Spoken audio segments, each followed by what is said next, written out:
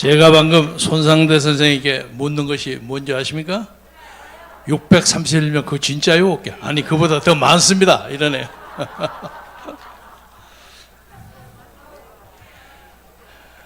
저는 오늘 좀 늦게 한 이유는 여러분들의 말씀하는 걸 듣고 좀 계몽받아서 중복한 얘기는 안 하고 간단하게 말씀드릴까 해서 특히 이동욱 의사 선생 그리고 이기성 선생 그리고 우리 이동욱 선생 오랜만에 아주 스피치를 잘하네요.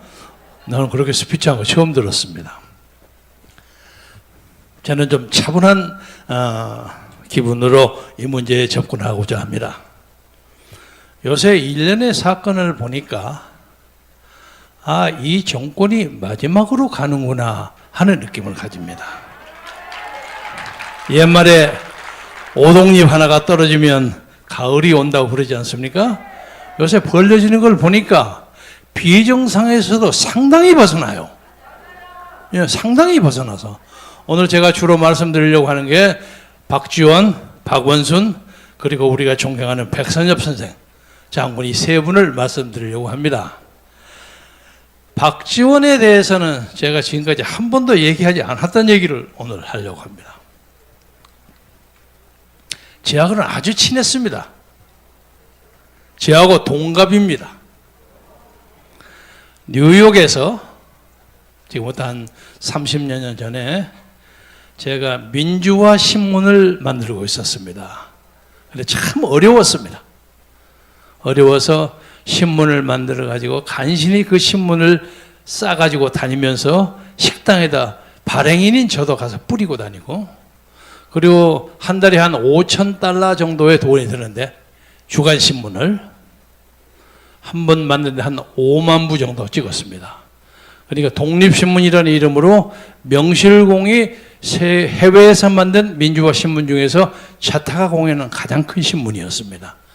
그리고 뉴욕에 있었기 때문에 여러 가지 정보가 많이 들어와서 아주 제가 정보 센터였습니다.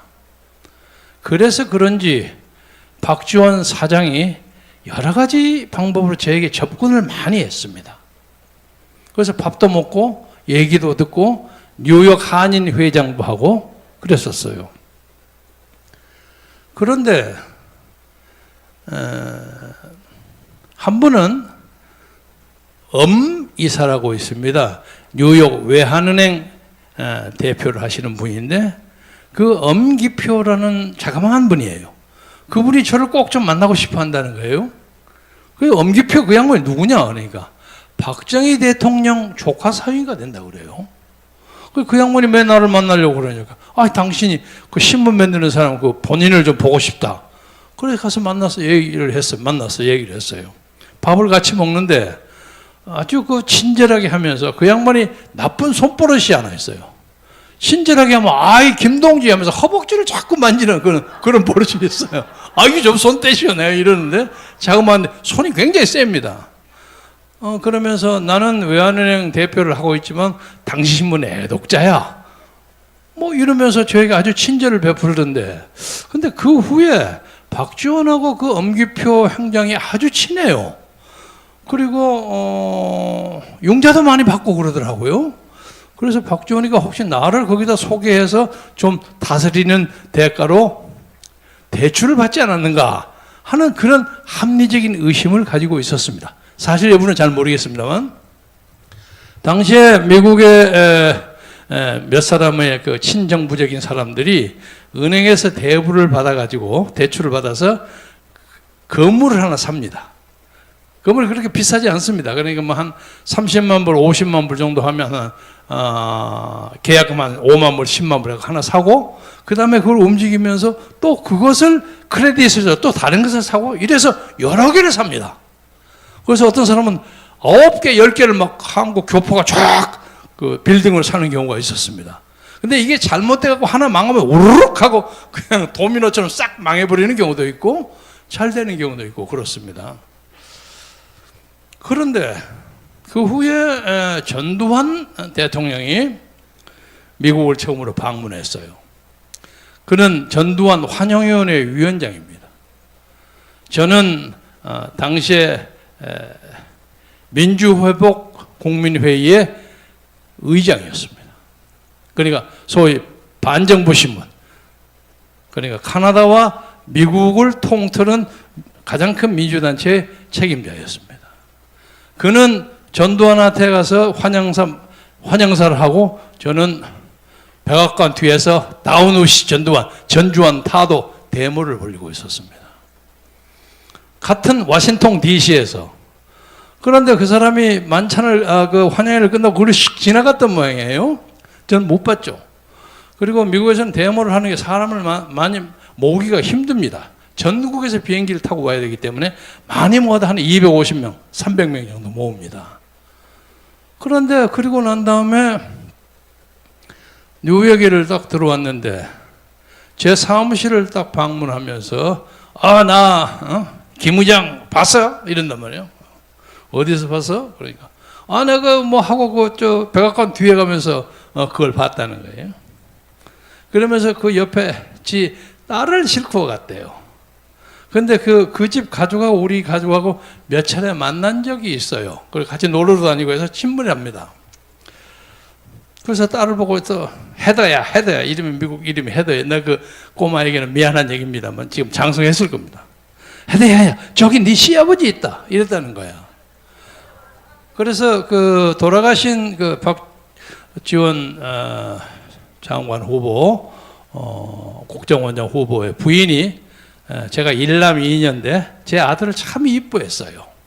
아주 이뻐했어요. 그냥 어디 놀러 가면 그 미세스 박은 다른 거 안 보고 우리 아들만 맨날 쳐다보고 그랬어요. 지금 저 미국 플로리다에서 변호사 노릇 하고 있습니다. 그런데 그 전부터 뭐 이런저런 얘기가 많이 있었어요. 그래서 제가 정색을 해갖고 박 회장 다른 건 다 좋은데 나 당신하고 사돈할 생각이 없어. 그러니까 앞으로 그 농담을 하지 마시오. 정색을 했어요. 그래서 왜 그러니까 그야 당신 알 거 없이 우리 마누라가 별로 안 좋아해. 그리고 그 둘이가 입양한 딸이에요. 입양한 딸이고 아주 똑똑하고 오릅니다. 하여간 뭐 그러니까 그 얘기는 다시 하지 맙시다. 그래서 우리가 관계가 좀 소원해졌어요. 근데 그 후에 저에게 여전히 잘해줘요. 잘해주는데 당시에 미국의 망명에 와 있던 김대중 선생이 돈이 하도 없어가지고 워싱턴에 있었던 자기 무슨 연구소가 문을 닫게 됐어요. 사무실을 아파트로 옮기게 됐어요. 그래서 제게 전화가 왔어요. 전화가 와서 자네는 내가 아파트로 사무실을 옮기는데 자네 거기서 신문만 만들면 돼? 저하고는 허물없이 대화를 하는 사람 어느 날은 6번인가 7번인가 전화를 했어요. 그래서 제가 하다 안 돼서 알았습니다. 좀 기다리십시오. 그리고 내가 나가서 그 박지원한테 전화해서 박 회장 나하고 커피 한잔 하자. 그래서 32가 브로드웨이에 가면 서서 먹는 커피숍이 있습니다. 좁았어요. 앉을 때 의자가 없어요. 서서 먹어요. 그래서 커피를 한잔 갖다 먹으면서 박 회장 내 당신 요새 들으니까 그 정경원이 열심히 따지면서 국회의원 자꾸 하려고 하는데 당신 그 정경원 잡아가 소용없어. 나 정경원 이미 끝냈어 그러더라고요. 그리고 난 다음에 요새 뭐 당신 혹시 그 얘기 들었어? 김영삼 총재가 뉴욕을 왔는데 당시에 김아무개라고 가방장수하는 우리 또래의 친구가 있어요. 그 친구가 김영삼한테 10만 불을 줬다는 거야. 명동 식당에서. 그러니까 그냥 당시에 축구 배구부터는 김영삼 총재가 깜짝 놀랐어요. 와, 10만 불 굉장한 돈 아닙니까? 지금도 1억이 넘는 돈이고 당신은 훨씬 더 큰 돈이에요. 그래서 그 사람이 그것 때문인지 어쩐지 하여간 그 후에 귀국해가지고 어느 지역에 광역단체장을 2번인가 3번인가 했어요. 광역단체장 아시죠? 큰 특별시장 아니면 도지사를 3번이나 했어요. 그래서 김대중 씨가 지금 돈이 무지무지하게 없는 모양인데 당신 김대중한테 배팅 한번 안 할래? 그랬어요. 그 양반이 희망이 있을까?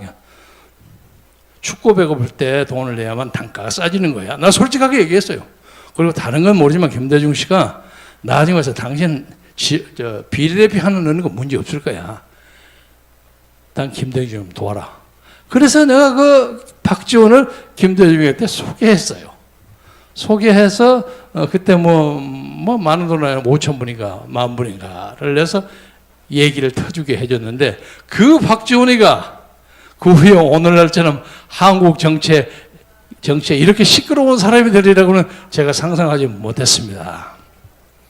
저는 박지원에 대한 수많은 얘기를 많이 알고 있지만 사나이로서 아는 친구의 나쁜 것을 얘기하는 게 제 입이 더러워져요. 그런 건 안 합니다. 다만 그 사람이 다른 건 몰라. 국회의원을 하든 장관을 하든 하다못해 총리를 하든 전부를 다 해도 국정원장은 해서는 안 된다고 생각해요. 이건 말이 안 돼요. 그러니까 이거 문재인은 이 나라를 완전히 김정은한테 까발려서 문을 여는 것과 마찬가지입니다. 아니 어쩌자고 이런 짓거리를 하냐 말이야. 그래서 앞으로 청문회도 이런저런 얘기가 많이 나오리라고 생각합니다만은 제가 참으로 안타깝게 생각하는 것은 진짜인지 가짜인지 모르겠으나 어느 여론조사를 보니까 박지원을 지명한 것이 괜찮다고 하는 게 51%가 나오더라고요. 와, 이거 미치고 환장해. 이게 진짜인지 여기서 헷갈리는 거예요. 이 우리나라 민족은 뭘 생각하는 것인가. 그래서 아까 나중에 박원순 백산엽 선생 얘기를 하겠지만 우선 박지원을 가지고 아니 어떻게 이렇게 하려고 그러는지 문재인은 아직도 한국의 엄연한 존재로 있는 미국을 어떻게 핸들하려고 하는지 뭘 어떻게 하려고 하는지 지금 가만히 보니까 트럼프가 11월 대통령 선거에 좀 불리한 것 같으니까 뭔가는 쇼맨십을 하나 벌려야 되는데 이걸 벌리는 것을 김여정이 김정희하고 지금 문재인하고 붙이려고 지금 마지막 뭘 하려고 애를 많이 쓰는 것 같아요. 그러나 제가 보기에는 어떤 것이 현실적으로 이루어질지 어쩔지는 모르겠으나 북한은 약속을 절대로 지키지 않는 집단입니다. 지금까지 7.4 공동성명? 박정희 대통령부터 시작해서 6.15, 7.9 모든 조약을 전부 파기했어요. 이건 믿을 수 없는 국제적인 신용의 빵점이에요. 마이너스예요.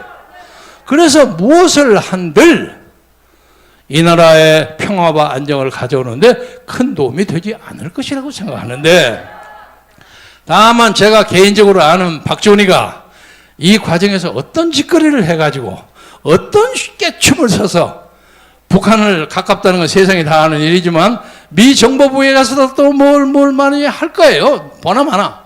옛날에 역사를 보면 간첩, 소위 간자라는 것은 성격상 이중 간첩을 하는 경우가 많습니다.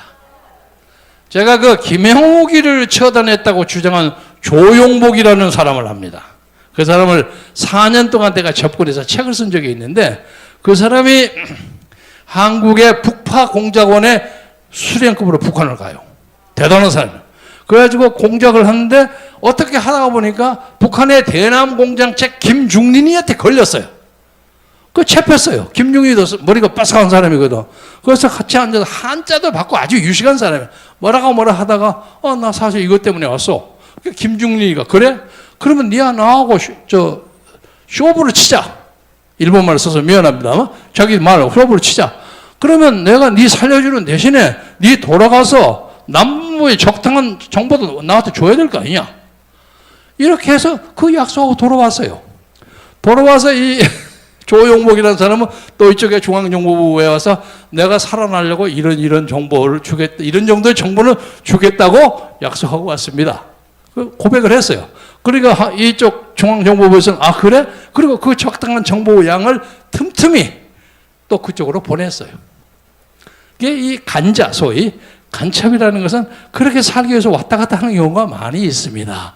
제가 이 예를 드는 것은 그 중간에 북한이라는 상대를 가지고 일을 하다 보면 본의 아니게 사람이 꼬여가지고 비극적인 삶을 맞을 수도 있지 않을까. 그래서 한때 나에게도 굉장히 도움을 많이 주려고 노력하고 물론 나를 배신하고 나를 하고 그런 얘기는 안 하겠습니다. 그런 얘기는 안 하고 그런 사람이 저걸 어떻게 해결해 나갈까 참으로 이 나라의 운명과 더불어서 지극히 걱정하지 않을 수가 없습니다. 두 번째, 박원순에 대해서 얘기하겠습니다. 여러 사람들이 박원순을 천하의 나쁜 놈으로 막 몰았는데 저는 조금 생각이 다릅니다. 사람이요, 나쁜 짓을 해야 겁나니까 죽어서 도망가 버린다 이런 얘기를 많이 하지만은, 그러나 자기의 과거를 죽음이라는 것으로 청산하는 것도 쉬운 일은 아니라고 봅니다.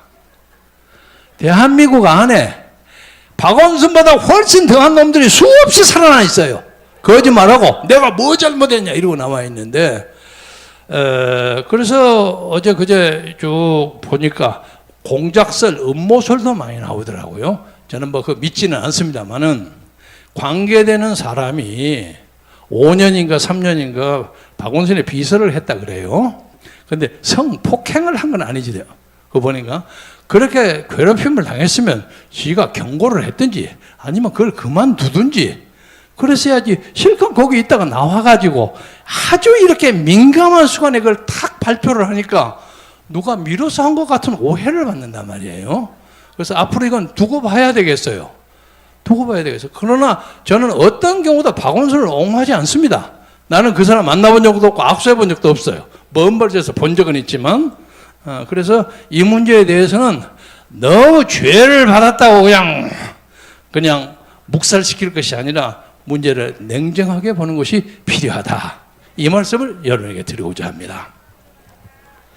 세 번째로는 오늘 백선엽 장군이 100세로 돌아가셨습니다. 그런데 엊그제 갓 국회의원 된 어떤 젊은 친구가 백선엽을 현충원에 묻어서는 안 된다 하는 싸가지 없는 발언을 했죠. 그리고 걔 아버지도 꽤 유명한 사람인데 제가 그래서요, 야, 다른 사람이 그런 얘기를 한다면 모르지만 네가 그 얘기를 하면 네 아버지를 딴 사람이 또 그럴 수 있는 거 아니냐. 이거 효도가 아니다. 두 번째는 지하에 있는지 천당에 있는지 모르지만 네 아버지도 이거 원하지 않을 것이다. 그런 얘기를 한다. 이 친구가 법안을 발의한다는 거야. 백선엽에 그게 묻지 말라고. 이거 기가 막히게 어떻게 사람이 이렇게 바꿔. 나도 개인적으로 잘 아는 사람인데. 그런데 그것을 보고 참으로 눈물 나는 것은 백선엽 장군이 돌아가시기 며칠 전에 그걸 들었어요. 들으면서 그래, 나 현충원에 묻히지 않아도 괜찮습니다. 다부동 전투의 영웅, 이 나라를 북괴의 침략으로부터 막아준 대한민국의 최고의 영웅이 당연히 묻혀야 할 장소에 다른 사람이 시비를 거니까 나 그거 안 묻혀도 괜찮아. 그래, 나는 저 대전 현충원에 가서 이름 없는 무명용사 옆에서 묻혀도 나 관계없어. 이 눈물겨운 발언을 보고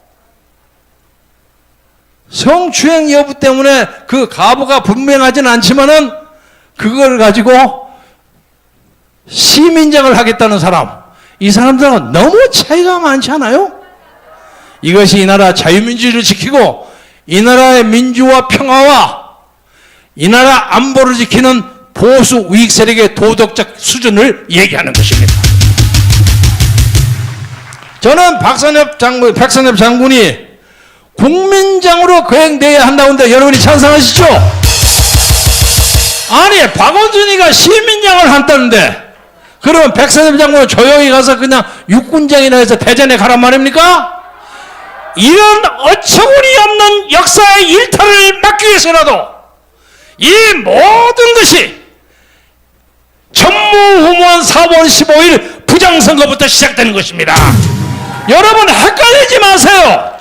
헷갈리는 게 많이 있어요. 방금 보니까 또 누구야, 박근령 남편이 무슨 성추행으로 걸렸다고 또 고소되겠다고 나와요. 많이 나올 겁니다, 이런 거. 예? 그런데 헷갈리지 마세요. 여러 가지 사건이 많겠지만 우리의 핵심은 부정선거를 파헤치는 겁니다. 근데 이 사람들이 부정선거에 대해서 한마디도 안 하고 착수도 안 해요. 딴 걸로 뺑뺑 돌려. 조용하니까 그 원흉 중에 원흉으로 치모뜨거나 양정철이고 괜찮겠구나 하고 슬슬 나오려고 해. 이런 말도 안 되는 정치적 일탈을 막기 위해서 우리가 7월 17일 그리고 8일 동안에 우리의 저력을 보여줌으로써 그들의 가슴을 울려서 다시는 이 나라의 종북 빨갱이들이 장난을 치지 않는 자유와 정의와 평화의 세상을 만들기 위해서 우리가 좀 더 힘차게 진군해야 된다는 것을 여러분에게 강조하려 마지 않습니다. 여러분 건강하고 행복하시고 반드시 이기는 신념으로 끝까지 노력합시다. 여러분 감사합니다. 감사합니다.